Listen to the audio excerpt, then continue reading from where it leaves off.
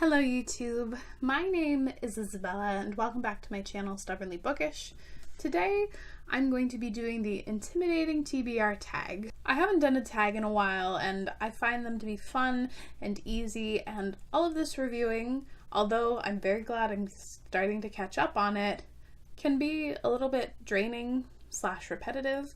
So I'm going to switch it up a bit and talk about my incredibly daunting, large, intimidating TBR. I'm unable to link the creator's video today though because the original video has actually been taken down. Recently, I've been feeling as if I'm drowning in my TBR. Whilst planning this video, I just kind of really took in how many unread books I have on my shelves, and it's kind of made me reevaluate, and I'm not really banning myself from buying books because that never works, but I do plan on being more mindful of the books I'm purchasing. Anyway, getting back on track, I'm going to discuss some of the most intimidating books I have on my TBR and hopefully maybe motivate myself to pick up some of these books because I've been wanting to. They're just so intimidating. The first question is, what book have you been unable to finish? And my answer is a little bit weird, and it is Lillian Boxfish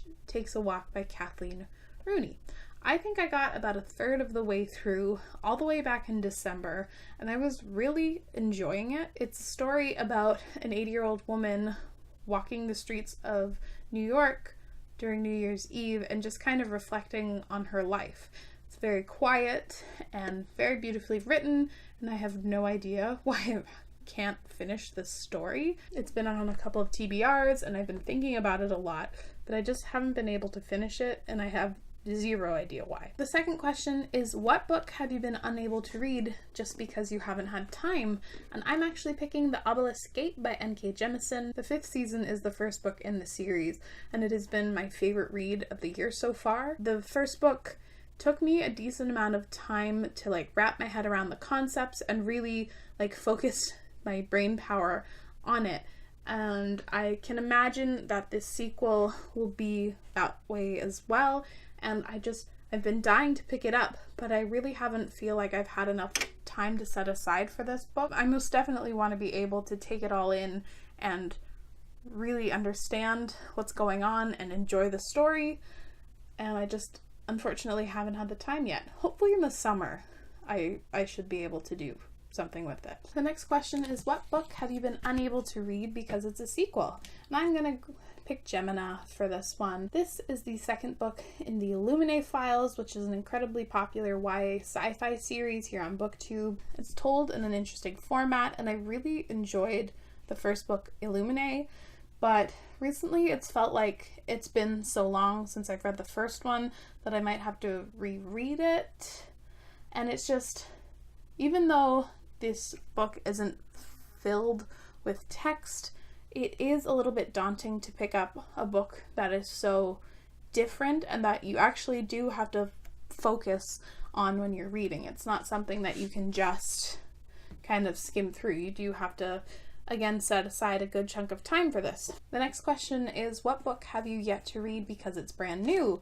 And you're actually going to get a sneak peek into my next haul for this one, but it's a pretty new release and I just bought it a few days ago, and it is The Poppy War by R.F. Kuang. This is an incredibly hyped adult fantasy debut novel. I believe it has an influence of Asian mythology in it, and so many people have spoken so highly of it, but I'm a bit daunted to pick it up because of the hype. So many people love this book, and also apparently it's supposed to be incredibly graphic. There's trigger warnings up the wazoo for this one, and this is a book that I know that I have to be in the right headspace for, and as much as I do want to read it, I don't know if it's the time for me to pick this one up yet.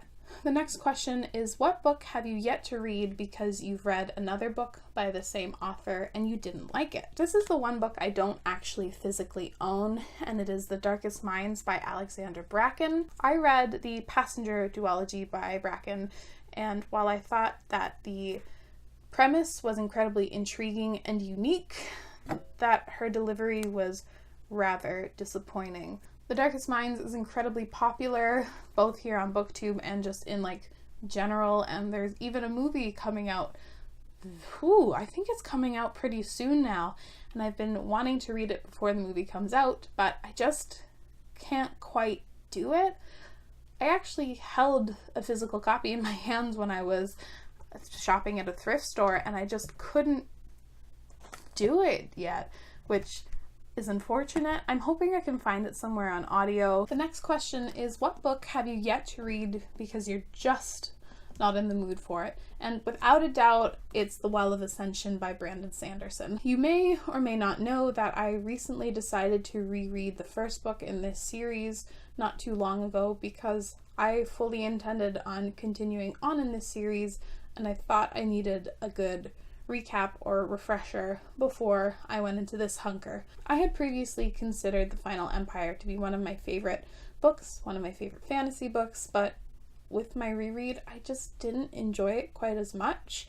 And ever since then, I've been really dragging my heels on even considering picking this one up. It's like 780 pages, it's huge, and I just really struggled with his writing style the second time around, so I'm pretty nervous to get to this one. The next question is, what book have you yet to read because it's humongous? And I've shown you quite a few big books already, and I have quite a few more big books on my TBR, but I'm picking Leviathan Wakes by James S.A. Corey. This is not only a really big, hard space opera sci-fi, it also is a huge series. I believe that the series is supposed to be 9 books, and that I think he's finished, I think 6 books have been released, and I'm incredibly intimidated. As much as I like sci-fi, I do struggle with it at times, so I'm incredibly nervous and intimidated by this series, but hopefully I can muster up the courage to pick this one up sometime. Question number 8 is, what book have you yet to read because it was a cover buy and turned out to have poor reviews? The book I'm picking is actually The Luminaries by Eleanor Catton. This I have seen just everywhere in terms of bookstores, and it's always kind of caught my eye. It's not like the nicest cover ever, but I've always thought it was a little bit intriguing, and I also noticed that it won, I think it was the Man Booker, and it's got quite mixed reviews. Some people really love it, and others think it's pretentious, so I don't know how I'm going to feel about this one. The last question of this tag is, what is your most intimidating TBR book?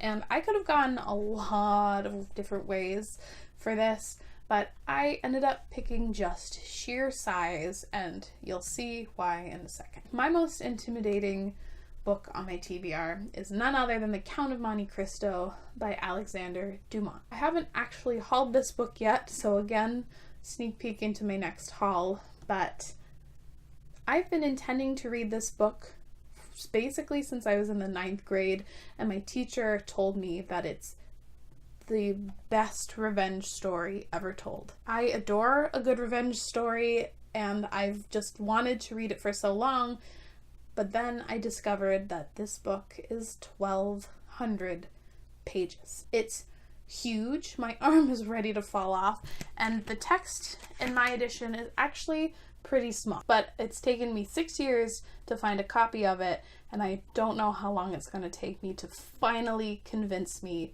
to read it. So that's it for the tag today. I had a lot of fun today discussing all of my most intimidating books on my TBR. It feels good to discuss it, and hopefully I'm able to convince myself to pick up a few of these.